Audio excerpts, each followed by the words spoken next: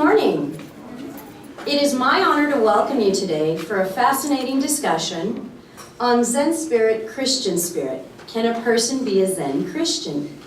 I'm Adrienne Poirier-Smith, Global Marketing Manager of Masterworks Services and an MBA graduate of the Cameron School of Business here at the University of St. Thomas. I would like to personally thank the University of St. Thomas and especially the Center for Faith and Culture and Father Nesty, Jan Skrihat, Greg Stokes, the Center for International Studies, Dr. Hans Stockton and Deanna Speaks, and the University of St. Thomas Alumni Affairs Office and especially Hank Emery for their help in facilitating our distinguished speakers as they conduct an interfaith dialogue on Zen and Christian contemplation with an emphasis on possible collaboration and integration. Let me share today's panelist biographies. Deacon Robert Hesse, PhD, is co-founder and president of Contemplative Network. He's vice chairman of the board of directors of the Institute for Spirituality and Health and adjunct professor at the University of St. Thomas. He co-teaches a graduate course on faith and science for the Master of Arts in Faith and Culture, covering physics, metaphysics, chemistry, life, biology, consciousness, and psychology, mysticism. He was at Gethsemane Trappist Monastery, at the time home to Trappist monk Thomas Merton. He was appointed by invitation by the Dalai Lama to Keating, Thomas Keating as the emissary to the M&L Institute for Research on Contemplatives. He has taught centering and contemplative prayer to interfaith and interdenominational congregations, including Jewish, Baptist, Orthodox, Quaker, Catholic, Methodist, Presbyterian, Episcopal, and many more. He is also a visiting instructor at Rice University and Pontifical University Regina Apostolorum in Rome. He has served on the Deacon, Spiritual and Community Life Committees of the Archdiocese, has been a retreat team member at Holy Name Retreat Center, a speaker at Rothko Chapel, MD Anderson Cancer Center, St. Luke's Hospital, and Bowen Center. Venerable Master Miao Tsan is the author of Just Use This Mind, The Origin is Pure, Intrinsic Awakened Nature, and Directly Actualized Buddhahood, all originally published in traditional Chinese. He is the founder and abbot of Vairocana Zen Monastery in Garden Grove, California, and he possesses profound insight into the essence of Zen and has dedicated himself to its practice. He conducts meditation courses, Zen 7 and Zen 3 retreats, and teaches at universities, medical centers, and television and radio stations in China, Taiwan, Mexico, and the United States. His goal is to open a universal path of wisdom and light by leading people from every tradition towards an understanding of the truth that transcends time, race, and religion, and is without exception. In his latest book, Living Truth, Venerable Master Miao Tsan explains why we have problems and teaches us how to resolve them. Before we can begin to think of bettering any aspect of life, we must accept reality as it is, not as we have chosen to define it. Distilling the wisdom presented in his previous books and popular Dharma talks, Master Miao Tsan shows what we must do to achieve the shift in perspective that will help us radically improve our lives. Our distinguished moderator today is Professor Richard Sindelar with the University of St. Thomas Center for International Studies. He brings a wealth of real-world expertise. Sindelar's courses focus on American foreign policy, international security, international law, and global trade. Sindelar received his law degree from Georgetown University Law Center and served more than 22 years as a diplomatic officer with the United States Department of Foreign Service. His overseas post from 1974 to 1995 included Tel Aviv, Jerusalem, Montreal, Mexico, Cairo, and Cuba, as well as a peacekeeping tour at the Sinai Field Mission. In Washington, he served 3 tours analyzing Middle East political and economic events in the Department of State's Bureau of Intelligence and Research. In his last tour, he was the Deputy Director of the Middle East South Asia Analysis. He also served 2 Washington tours in the Bureau of Consular Affairs Office for legislation, regulations, and advisory assistance. Let's please welcome Professor Sindelar, who will moderate today's discussion.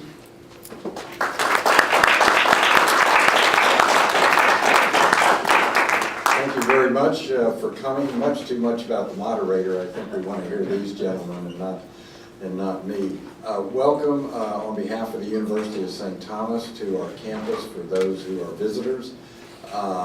We are very happy to have you here.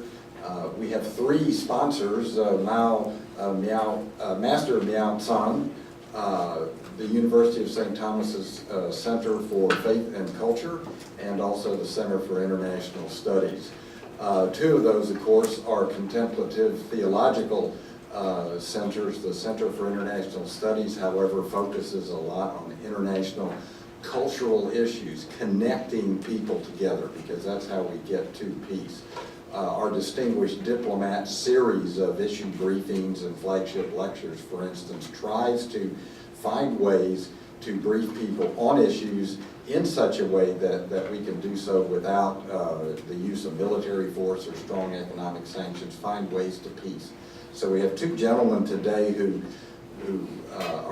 are masters both in their own right of how to reach peace through contemplative prayer and concentration. I want to focus on them today. One program note, Deacon Hesse must leave about 10 minutes early. We are having the Mass of the Holy Spirit, our annual fall campus-wide Mass, and that starts at 12:30 sharp. He needs to be over there a little early. So without further ado, what I would like to do, first of all, is normally what we do, the usual tradition in an interfaith dialogue is to start with a prayer. But sometimes even then the words can get in the way. So today we're going to start with something a little different, with the silent prayer for 3 minutes. And we will keep track of those 3 minutes, starting and ending with 3 gongs. Afterwards, we will dialogue on Zen and Christian spirit in the contemplative traditions of each. As with any respectful dialogue, we are here not to convert, but to respectfully listen. So if you all would pause, we will begin the moment of silence with 3 gongs.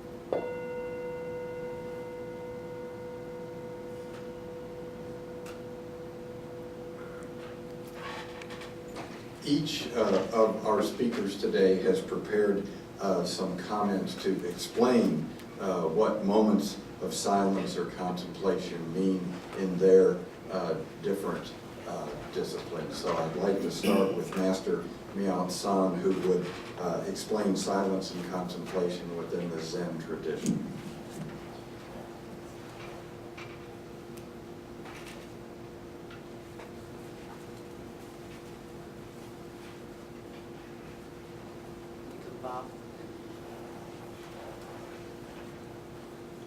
Good afternoon, everyone. I'm happy to be here.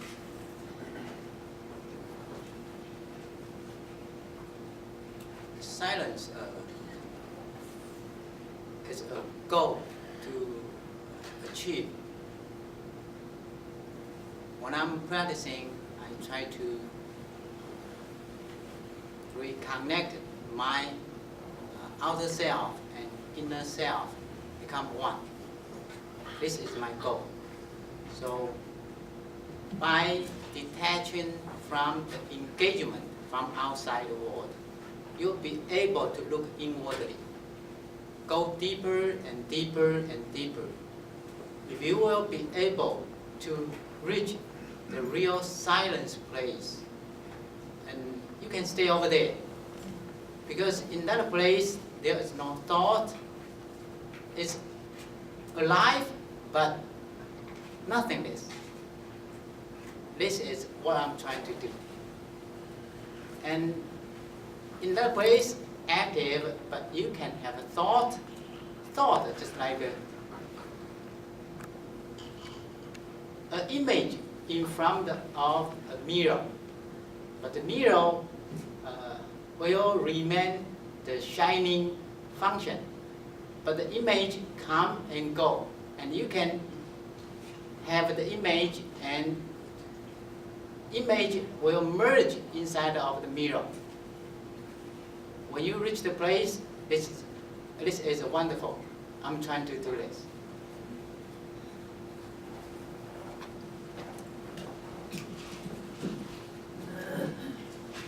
Thank you, Master Miao.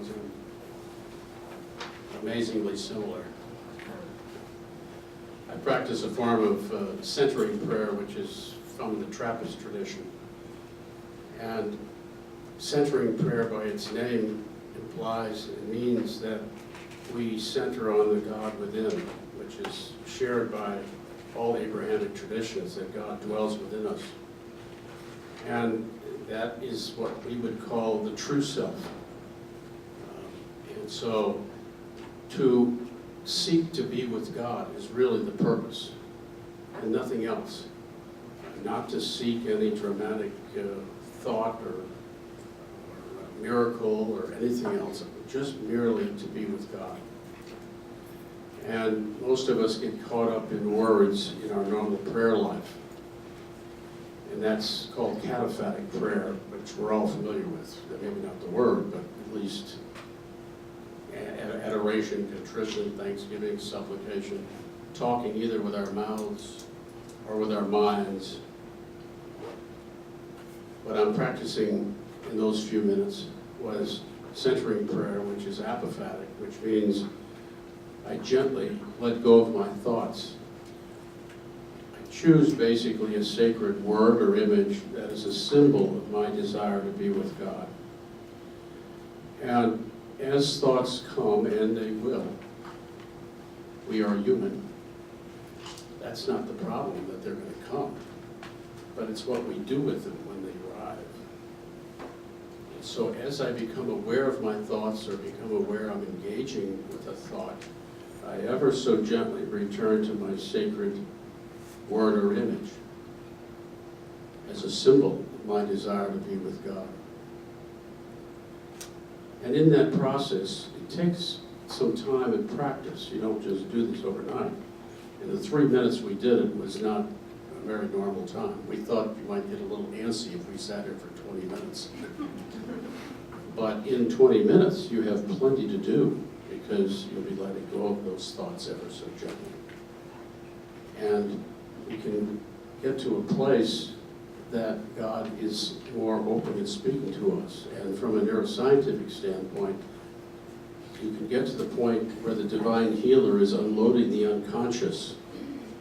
And our brain is 95% unconscious, which actually is good, because if we had to think about taking every breath, we would drive ourselves nuts. But it's the unloading of that unconscious that can become a divine healing process.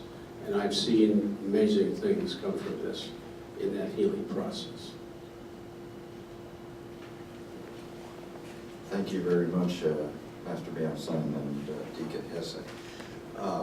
That is an initial start. I do want to suggest that everybody, we have packed this program so that we can get as much in as we can. So what we've done is we've overlaid the the talking and the questions over the eating. So now that we've passed the contemplative period, please feel free to eat while I ask them a few questions, and then I would hope that each of you would have questions of your own to ask them after a couple from me. The privilege of the moderator is I get to start off.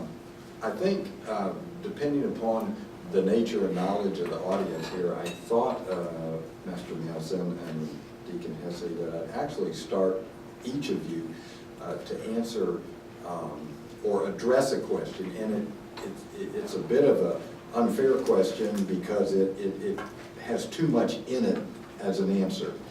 But I'm wondering if each of you could perhaps spend 2 or 3 minutes explaining the essence of each of your contemplative programs, the essence of Zen and then the essence of the Christian contemplative prayer. Could you start, Master Miao? Yeah.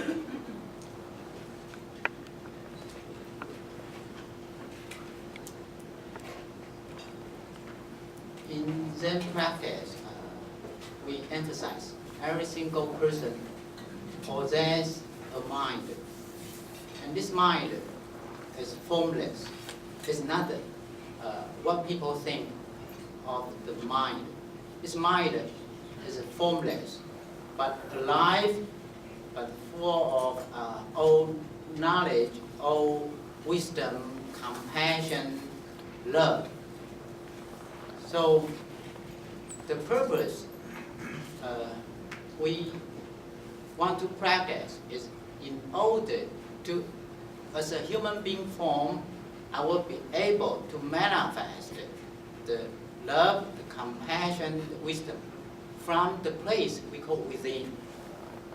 When I can reconnect it, because I come from the place, if I can reconnect myself to the place, I become a direction, a portion of manifestation of the love, compassion, wisdom.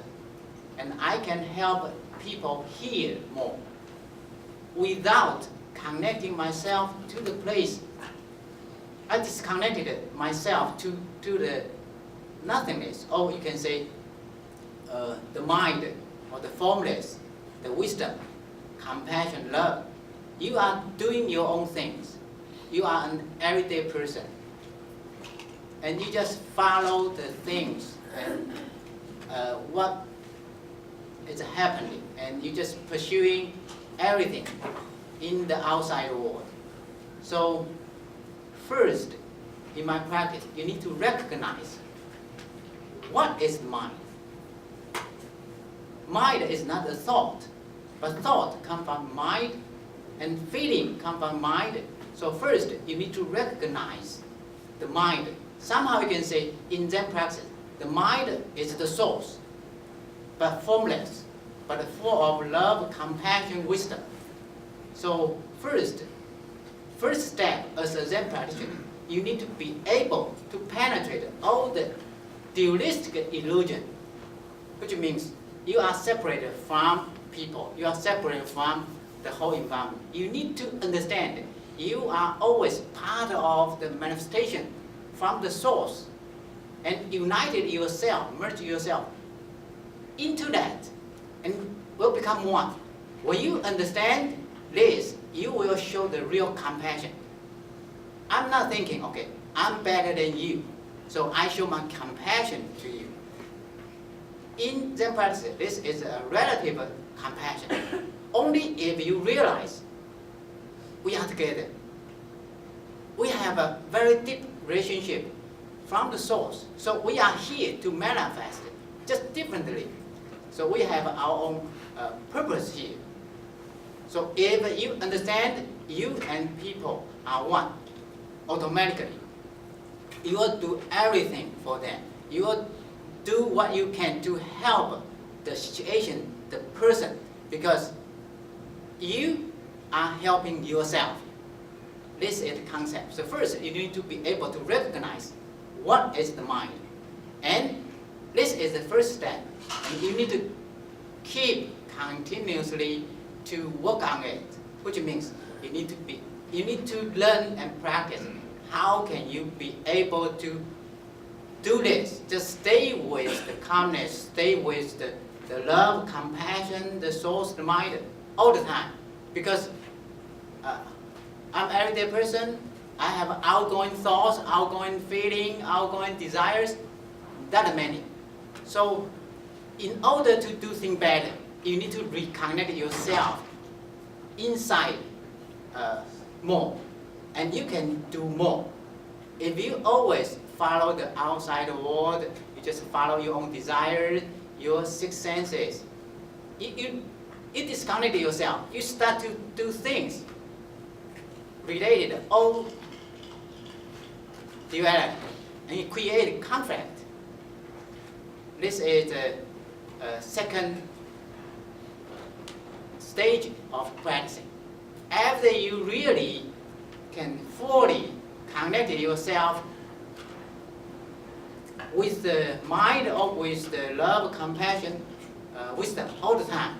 This is what we call succeed. This is the goal we try to. This is the goal we try to achieve it.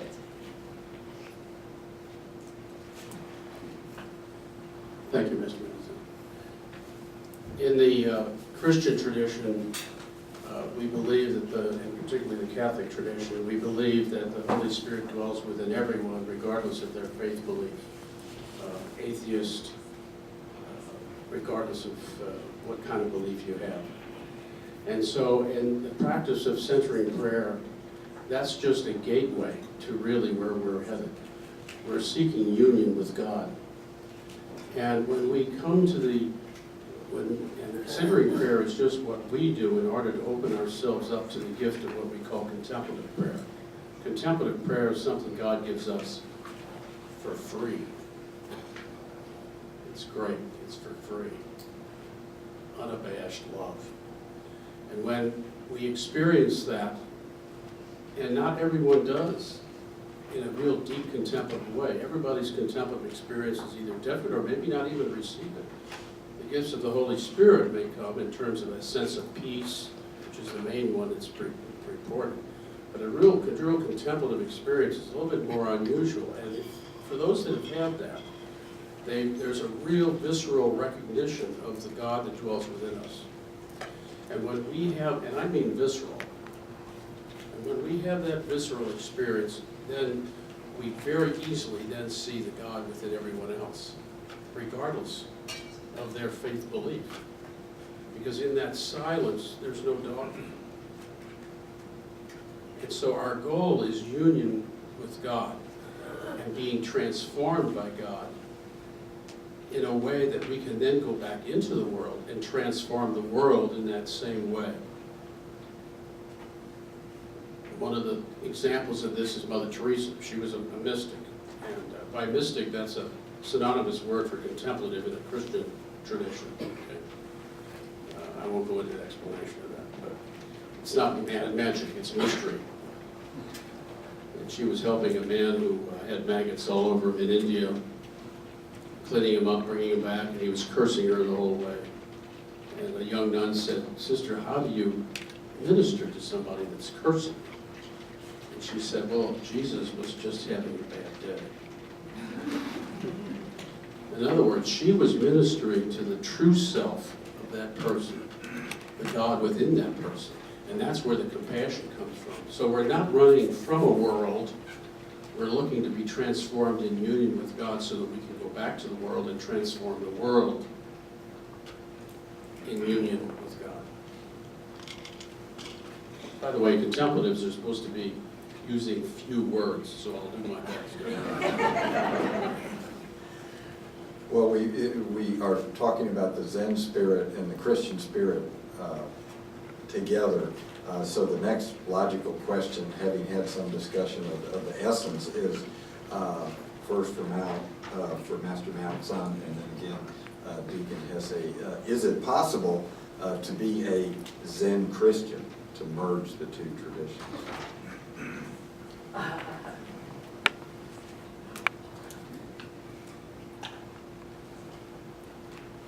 If we focus on the essences, on both religions or practice? I believe so. Because the essences of both religion or belief is compassion, wisdom, universal love. That means, I don't know if this is right or wrong. In oneness, we are one. And we can never separate ourselves from the source. This is the idea. From this direction or point, of course, no matter who you are, what you are, you know this, you don't know this, you believe, you have a belief, you don't have a belief. We are all the same. Because the essences are there. You know them, they are there. You don't know them, they are there. So from this viewpoint, of course, you can practice all type of form. Not even mention, okay, Zen or different type of practice. Because the essence is there. If your goal is here, is love, compassion, wisdom, oneness, non-duality. The essence goal, because they are independent, they are form. They are form, just like we are all different. But no matter if from Zen practice, we are all different. But we are all using the same function, from the same functions. And we are practicing differently. So I can think, you can think. We all possess the thinking ability. We all have the something in common. But you think differently, I think differently. This makes us different. So if I strive and try to achieve the universal love, compassion, wisdom, I can use the method of Zen or the method. Zen is a tool. I can use this tool and that tool. Help me to reach there. This is doable. Because this is a tool. You understand this is not a goal. Zen is not a goal. It's a tool. Sometimes you need a hammer. Sometimes you need a screwdriver to finish your job. So, but the job first. Job is priority. So from the essences, of course we can do this. But from the idea, if you think Zen is a tool, try to help us to reach the goal, of course you can use the other tool. In this case, of course we can practice different form. Meditation, Zen, pray, it doesn't matter. Thank you, Master Zen. On the board of the Contemplative Network, we have Robert Kennedy. Robert Kennedy is a Zen Buddhist Roshi and a Jesuit Catholic priest. And one of his books is Zen Spirit, Christian Spirit. So you might ask, where did we get the title for this dialogue? And partly answering that question is, how do we learn from each other? That's really the issue. What we're talking about are two different things. Christians can practice mindfulness and still be Christian. But once we're into the contemplative state, we're in heartfulness. And we can get caught up in the head stuff of whether the world views are the same, which they aren't necessarily the same. And so you can't make them the same, as Master Miao Zen pointed out. You can't make a scarf a book. But Master Miao Zen is absolutely right. We can learn from each other and get gifts from each other. And another Robert Kennedy book is Zen Gifts to Christians. Very interesting. And I took a Zen Christian retreat from Robert Kennedy. He comes once a year so he's actually the one that should be sitting here now. And the other person who I've had a lot of respect for is Thomas Merton, who wrote Mystics and Zen Masters. His book is here. Now, the answer to this question is, if we want to just talk about philosophy and theology and our worldviews, that question isn't quite the right question to ask. The question to ask is, can we have gifts for each other? Now, I learned my practice in a Trappist monastery, and many monasteries, Christian, Catholic monasteries and convents use Tibetan singing bowls. Tibetan Buddhists made this. It's a tool. It's wonderful. By the way, it's effective because the natural resting heartbeat is around 80 beats per minute. You'll have to excuse me, I'm partly scientist, so I mention this stuff. I measured this beats per minute, this is 83. So we use the tool. Okay? But that doesn't make us Zen worldview. But it doesn't matter, because once you've gotten into that universal state, we're together as humanity. It's collective consciousness is what I like to think of rather than mind-brain. It's collective consciousness. To follow up, actually, Deacon, could you tell us a little bit about what the Zen-Christian retreat is? I know Mr. Kennedy should be here, but... It's a very interesting retreat, I must tell you. I call him Father Robert Kennedy and Roshi Robert Kennedy. I get confused after a while. So he taught us basically as a Zen Buddhist Roshi, which is a pretty high-level title, the Zen practices, even though he remains a devout Catholic priest and his beliefs. So in the Zen-Christian retreat, he was teaching us posture, which is a very important thing with Zen, but I don't want to speak as a Zen expert, so that's why I'm going to try to avoid the details. But these were different methods, different tools that were very useful. But I tend to, and even though it was a wonderful experience and I picked up some great tools, I still revert back to my Trappist background. But that's okay. As I've tried myself to learn enough about both traditions to be a competent moderator, I did run into terms like Roshi and Koan and others. Master Miao, Tsan, could you explain kind of the structure of the various levels of Zen teachers, how they differ, and where the Roshi fits into it, since we have a Christian Roshi?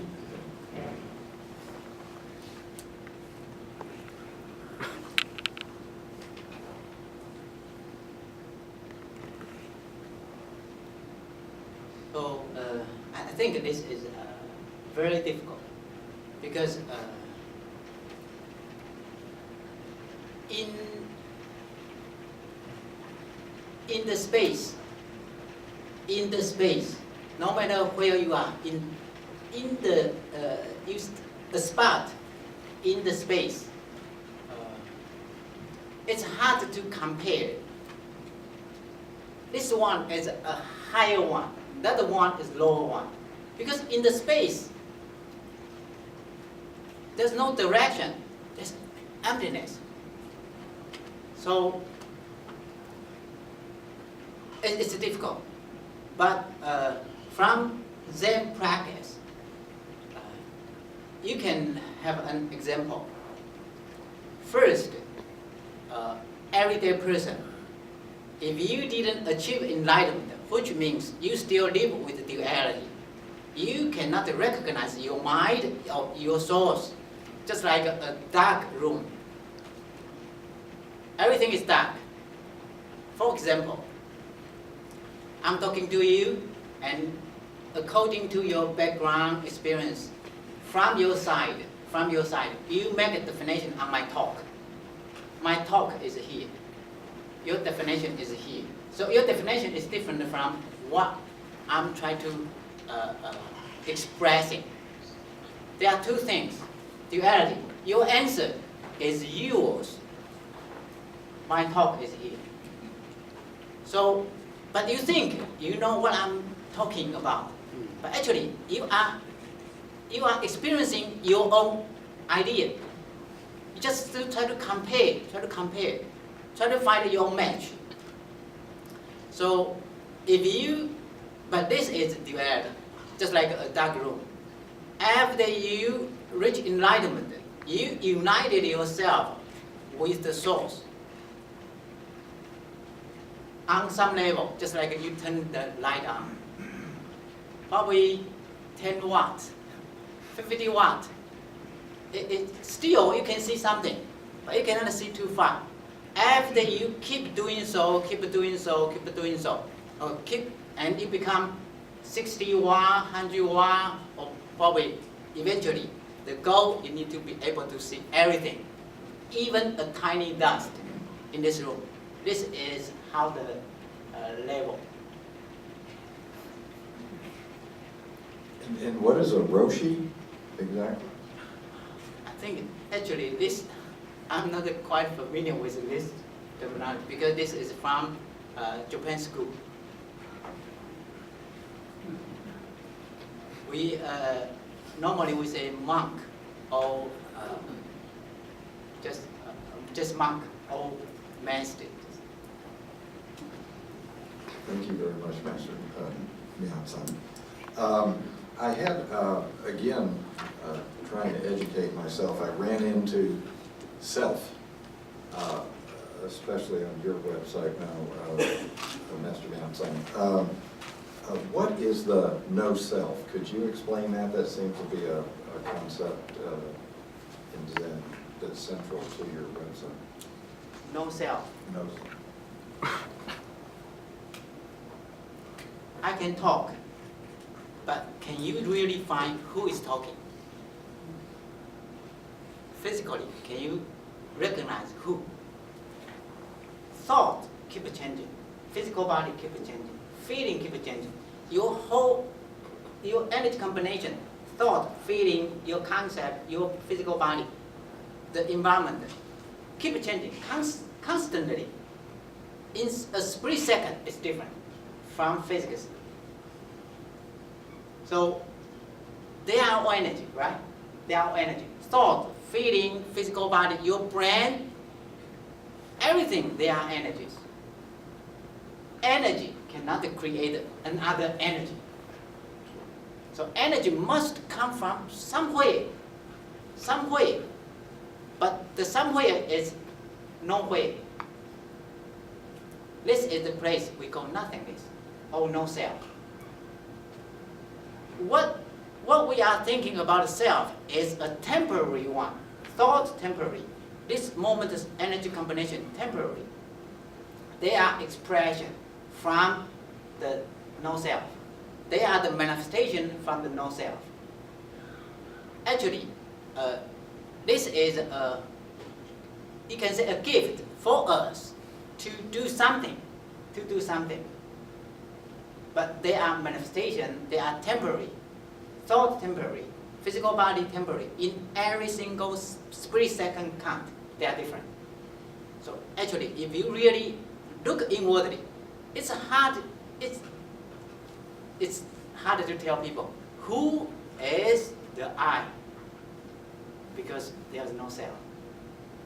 We face just like expression. Your physical body just like expression. Every single moment is expression. Expressed from the no self. So every single moment is function or result. Just try to help you to finish to do something. Do it, use it, and let it go. Even if you don't want to let it go, it will let it go by itself. Because expression. So your face can never stay with, just like laughing, or your face always stay with that. That's difficult and also impossible. Deacon, by comparison, could you explain the Christian contemplative notion of true self? Well, the true self is when let me start in another way. In the Christian tradition, we don't talk about achieving oneness. We talk about the oneness achieving us. And when we think of nothingness, it's more in terms of the God being no thing. God is beyond our our reality. And so when we do centering prayer, we're opening ourselves up for the gift of contemplative prayer, which is God drawing us into the oneness. We're not the motivator. We're not the actor here. Allowing ourselves to be drawn in puts God in charge, not us. And so in our approach, we're non-dualistic. We believe the body and soul are interstitial. And since there are no other bodies coming along later, we believe that the body and soul are interstitial, which means that as we practice this, we practice contemplative prayer, we can have our body, mind, and physical body, including the brain, I should say, affected by our prayer life, and vice versa. And so, I'll give an example. I taught this to I teach this to thousands, and one of the men came back and I said, how's it going? This was 3 months later. And he said, I started to dream at night what really happened to me in Vietnam. I said, what did you do then? He said, then I became fully aware during the day what really happened to me in Vietnam. This is PTSD. I didn't ask him what happened. I said, what did you do then? And he said, I ever so gently let it go and returned to God. I told that to one of the key people at the Miao Psychiatric Hospital. And he said, his eyes popped out. He said, we have difficulty treating PTSD. So in that case, it wasn't something he achieved. He didn't achieve oneness. God gave him the gift of divine healing. God drew him into the oneness. So it's a perspective issue here, perhaps. And once there is this unity and union in collective consciousness, once you're there, it doesn't matter whether I see another Christian there or Master Mao Zen next to me or whomever. We're there together. Master Miao Tsan, to follow on that question, could you, and again, as a non-theologian and a non-practicer of Zen, I'm asking questions that kind of inform me from the beginning. Does Zen need or have any concept of a godness, a theistic thing within Zen, or is it simply the person and his mind?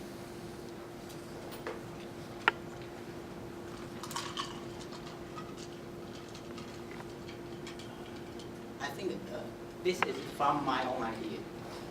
In Zen, we emphasize every single person possesses a mind, but every single person's mind, the qualities, the functions, the abilities are all the same. So from this idea, we all come from the same place.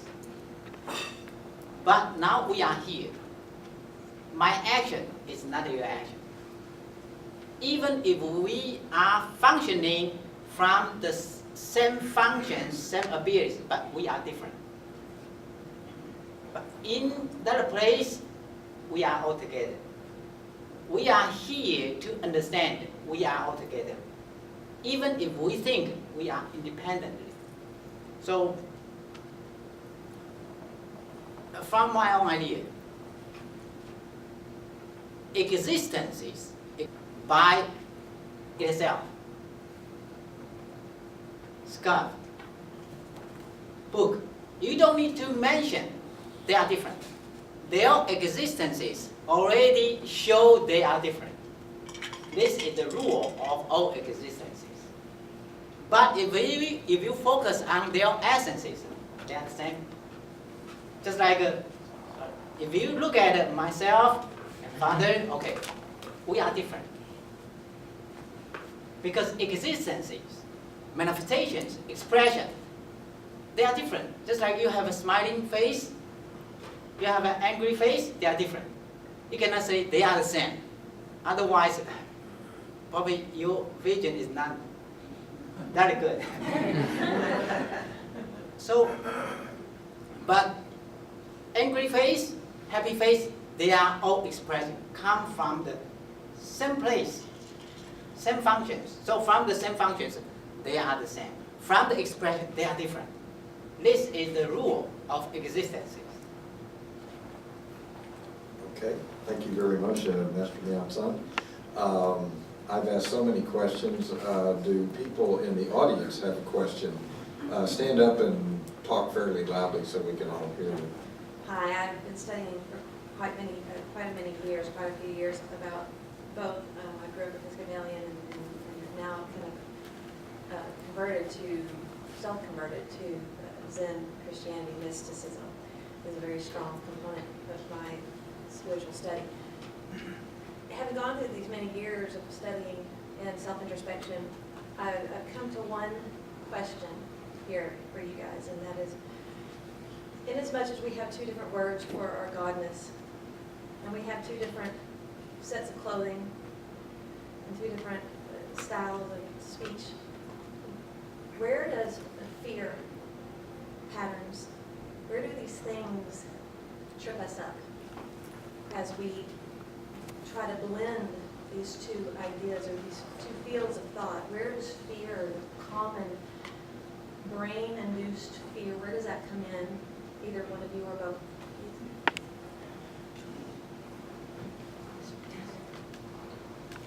If you're raised in Tibet, you're probably going to end up Buddhist. If you're raised in Italy, probably Catholic. Why is that? The brain tends to it has to process a lot of information. And so what happens is you start to develop a worldview based on what you're hearing. And so once that worldview gets established, then it's established in the unconscious, which is the 95% of the brain. And the reason is it's very efficient. You know, you see something and you've been trained that could be, you could get hit by a car if you don't walk across at a crosswalk. You don't even think about it, you know. And that develops into our belief systems too. And so where does prejudice and intolerance come from? I think that's what you're saying. And I think it's because we need to unload that unconscious prejudice that has been built up. And by the way, it's human. The development of a worldview in the unconscious is a human thing. Our brains have been wired for faith. It's in the unconscious. So how do we unload these prejudices from the unconscious? I contend that the way you do it is through contemplative prayer, or Zen, as my master Zen taught through his meditation. And the reason is, as these thoughts come, they start getting generated by the unconscious, just like that PTSD patient I described. And suddenly now you've got to compare that thought that you was buried in the unconscious. It's now in the conscious level, and now you have to compare it to the current data. And you got to say, do I want to change my worldview? And that's the challenge. And we do too much of this, and not enough of this, and listening. The center of this practice is Matthew 6:6. When you pray, go to your inner room, close the door, and pray to your heavenly Father in secret, and he will hear you in secret. Do not be like the pagans who use many words. So I believe there's a neurological explanation as to how we get rid of intolerance and prejudice. I've talked to David Eagleman about this. He's doing some neuroscientific research on this. And in a statistical way, it's called confirmation bias. You look that up on Google. Basically, they've done statistical studies, and if you're of a political party, of a religion, or whatever, and they give you a bunch of data, inevitably, you only select the data that supports your preconceived ideas. So how do we break that cycle? It's through contemplative prayer. I'm convinced of it. Pastor Miao Tsan, do you have a comment? If you get used to express yourself in angry face, now I ask you to express in a smiling face, it's become difficult. You express, you have yourself output the energy in this direction. You get used to it. Now you want to change that, it's become hindrance. And another example is, you are associating with this boyfriend, but some guy is after you. Okay? When the new guy call you, and you just right next to the boyfriend, do you have a fear? Of course you have a fear. And who associated with the first guy? You. Time after time. You get used to stay with him. So, the more you create the same thought, the powerful the thought will become. This is the pattern. How do we cultivate our habits? When you lose habit, you don't know how to do. You get used to driving on this street. Today they say detour. Where can I go? You have a fear. You don't know. I'm going to be late. You don't know. So you get used to it. Now you try to change it because the power stay over there. Simply, you give it your thought, give it your feeling power. That's a habit. Changing habit is going to create fear.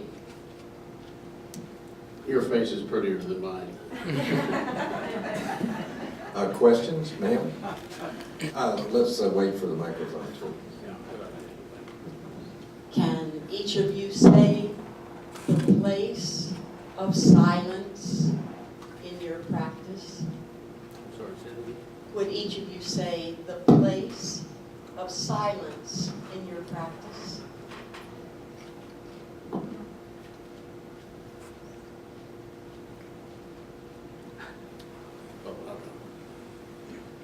It's my core.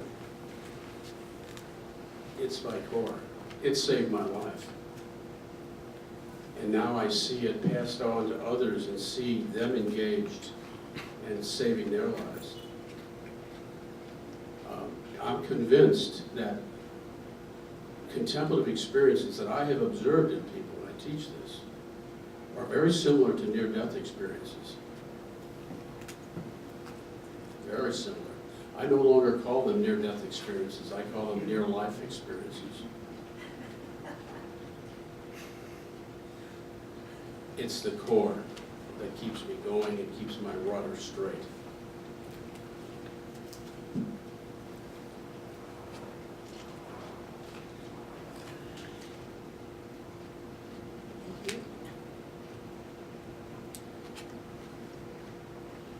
You can say this is silence. And you also can say this is silence. And this is another silence.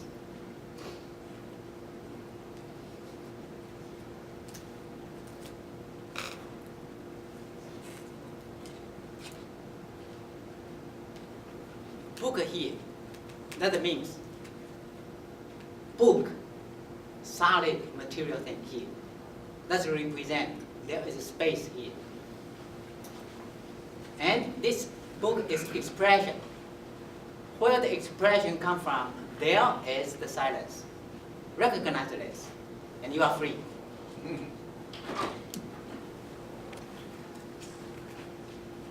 Anybody else? Adrian? And we need a microphone. Thank you very much for sharing both of your different perspectives. Aside from growing more connected to your God or your source, what are some other potential benefits, whether it's for managing stress or potential health benefits through meditation and contemplation? There are two types of research that's taking place from the scientific standpoint. One is documented best in a book called Handbook of Religion and Health, edited by Harold Koenig, an MD. And he's showing, and that documents a lot of the research that shows that if you have a faith belief, particularly if it's a theistic faith belief where the power is outside yourself, you heal better. If you attend religious services once a week, you live 7 years longer, you have lower blood pressure, da, da, da, da, da. Okay. There's separate research a lot done by the Mind and Life Institute, is a lot of Buddhist research on Buddhist contemplatives that show that secular meditation, even if it's atheistic or non-theistic is a better word, helps promote healing. We're in a country that is 87% theistic. So my contention is we've got to start combining these in a contemplative way to appeal to the people who already have a faith belief but don't have a practice, a contemplative practice. And right now, we're trying to get I've been pushing to get the University of Chicago's Conference on Medicine and Religion down here, and we were successful. Can be announced now. It's going to go to Harvard in 2015. In 2016, it's going to come here to Houston, the medical center, the largest medical center in the world, and the most culturally diverse and religiously diverse city in the country. And we're going to talk about the first type of research. I'm going to be hopefully seeing the Dalai Lama in a few weeks up in Boston, and try to get their Mind and Life conference here too, butt them up against each other. After that conference, right after the conference in 2016, we're going to have a bioethics conference by the UNESCO chair out of the Pontifical University, which is the most ecumenical bioethics conference in the world. It's gone to Jerusalem, Rome, Hong Kong, this year Mexico City.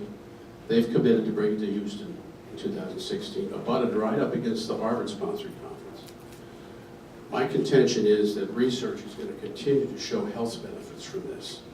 And that's actually the whole heart of the Institute for Spirituality and Health that I'm a part of, to show how research, scientific research, is supporting how this helps health. 200 years ago, when medicine and religion were separated as an experiment, it failed. We've got to go back to those points in time.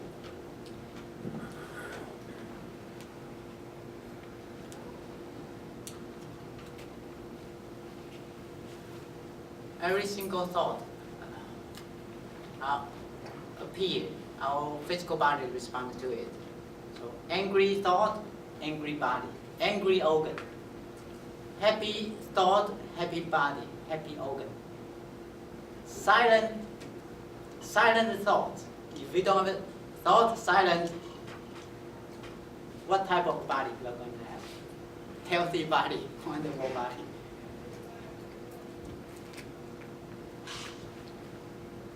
When you calm your mind down, withdraw yourself from the engagement from outside the world, you start to release the pressure, the stress.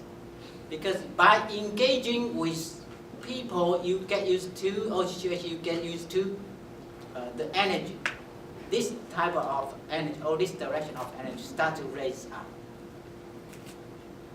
So close your eyes and come back to look inwardly. You will be able to release. Just like I hate this person. Temporarily, when you leave this person behind, you feel much more comfortable. The energy release. Just like release, just detach yourself from engagement. But it will be able to give you space to let go of the energy and decrease your stress. Not even mention about the silence. When your mind really can reach and stay with the silence, you will have a wonderful physical body. More questions? Anybody got a question? Sir, in the back there. This question is mostly for Deacon, but I welcome any comments too from Master. When you spoke earlier of how you did your center in prayer, of course this was very, very brief mentions here, something that could hold a lot more space. And then you spoke of contemplative prayer. You mentioned heartfulness, and I was wondering if you could expand a little bit on how you view heartfulness in this context, how you may view the heart, physiologically, neurologically, energetically, metaphorically, spiritually. Just open that a little bit before you have to leave. Yeah. Thank you. I apologize, I'm going to have to get up here pretty soon to leave. Thank you for the question. I have to give attribute that to Thomas Keating. He was the first one I heard say that. It was wonderful. And we think of mindfulness quite a bit. And I think the emphasis in the heartfulness is that it's much more spontaneous. Once you've practiced at letting go of your own thoughts, you can let go of aggression.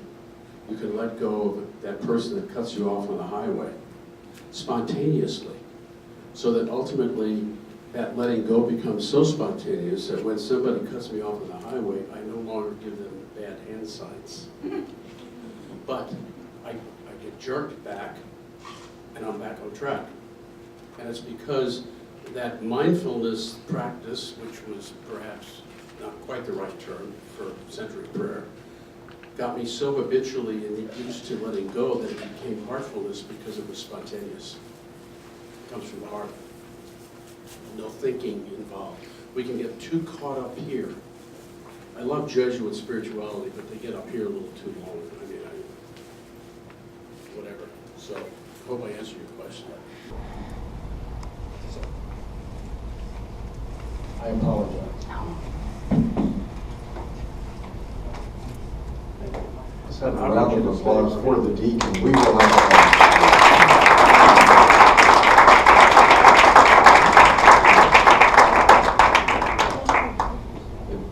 if Master Miao Tsan is willing, we'll have a few more questions for him, and then we'll close the proceedings.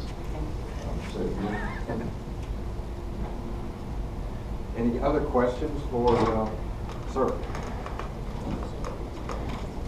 Well, the shift is kind of a perfect segue to my question, given your background, Professor. Yeah. So I might ask you to chime in as well with my question to Master here. You probably, obviously, both familiar with many folks on this side of the Atlantic are concerned about what's been happening in the Middle East. And of course, a lot of other places have had similar tragedies. I was going to just propose a simple thought experiment of if you had the opportunity to go on a plane tomorrow, and there were two rooms. One room would have a group of people who had been involved in, let's say, a lot of armed conflict and killing other people. The other room had victims or families of victims from those armed conflicts. What would you say to them in light of what kind of gifts can this discussion and these insights bring into their lives? So I know it's maybe a challenging one. I hope it's a fair one, given the context. Thank you.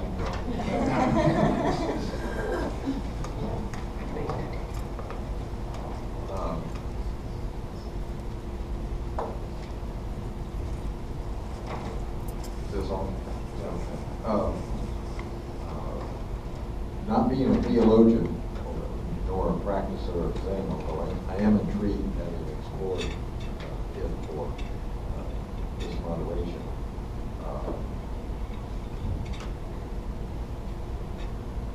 The way that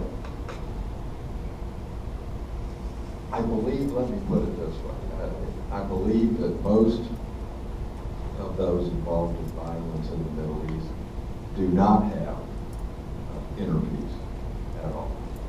So if they somehow achieve inner peace, or as Master Miao says, move from the angry face to the pleasant face, I think one by one, this is a step-by-step thing, but if we can somehow, and I think that's more or less what's happening here today in a much calmer environment, of course, but this also needs to happen in the Middle East, where there's outreach, and one by one, we try to take the angry face away from people, train them to have the happy face, train them to find inner peace, and then what's outside and around them may exist, but it doesn't necessarily affect their inner peace. And if they have inner peace and put the anger aside, then perhaps step by step we can diminish the violence in the Middle East. It won't happen overnight, but I think that's where we need to go. This contemplative process is actually would be a good tool, as the master says. But I'd really like to hear what the master says about applying his techniques to the Middle East.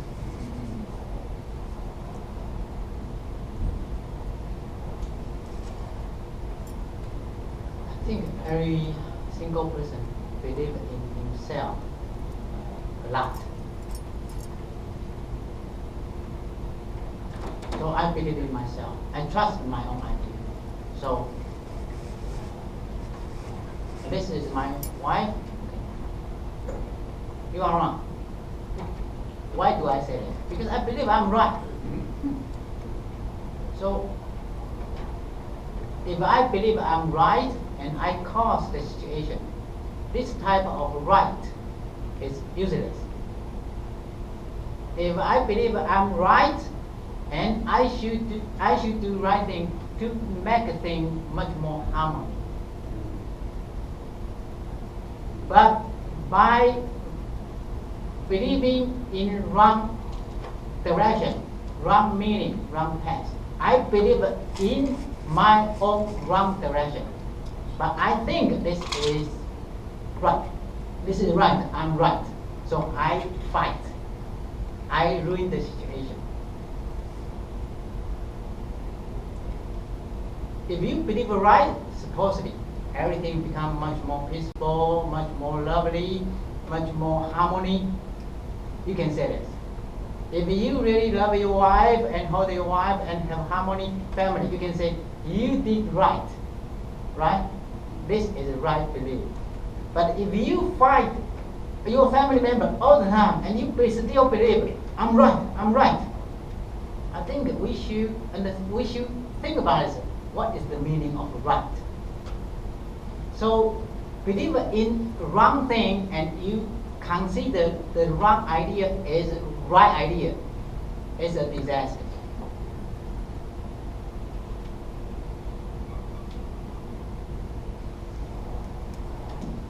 Is there one more question from the audience? We're close to closing the last on. One more question from anybody? I'll just start a quick question. Let me go to the microphone there. Relative to that last question, Pastor, what would your advice be when it comes to the duality in which you speak that we engage in every day, the dual mind, right versus wrong, me versus you?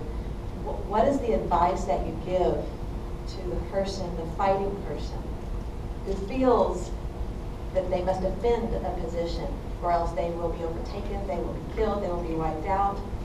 What is your advice relative to the no mind and the non-dual position?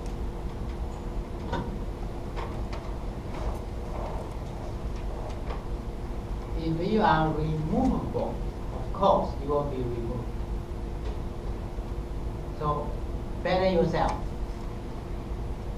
Make yourself cannot be removed.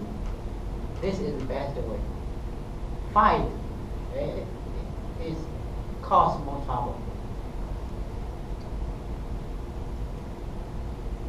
In physics, we understand energy is inseparable. What is your energy type, or who you are, or what you are? Already decided. Who or what you can associate with, no matter how you try to do it. So if you have belief in yourself, it's different. Your energy different. Your association will become different. I think this is another way to do it. If you remain the same, everything remains the same, and you fight, nothing can be improved.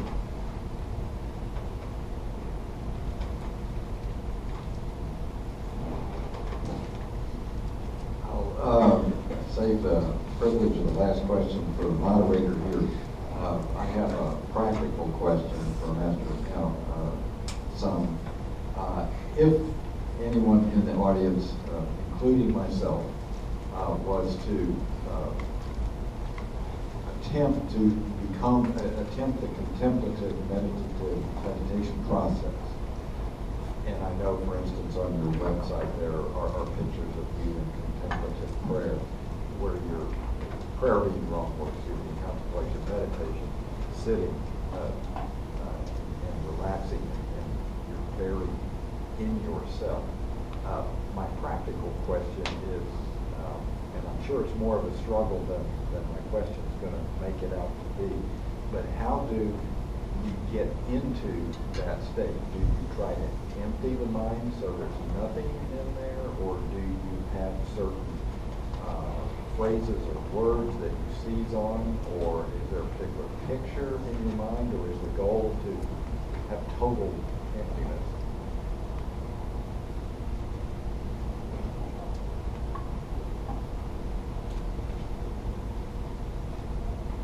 Every expression comes from the same place, same person, same place.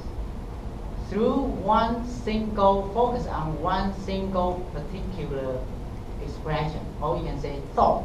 Thought itself is an expression from the inner self. Keep engaging with a particular thought and look inwardly.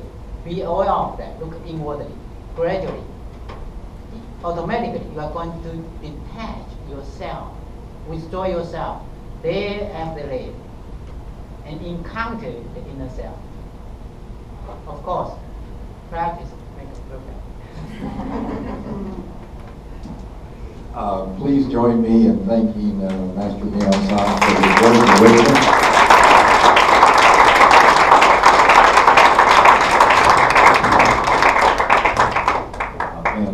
For those who don't know, his book is available in the back, and I'm sure he'd be happy to answer personal questions if you have. Thank you very much for coming today. I hope you found this useful in your own personal selves. Thank you very much.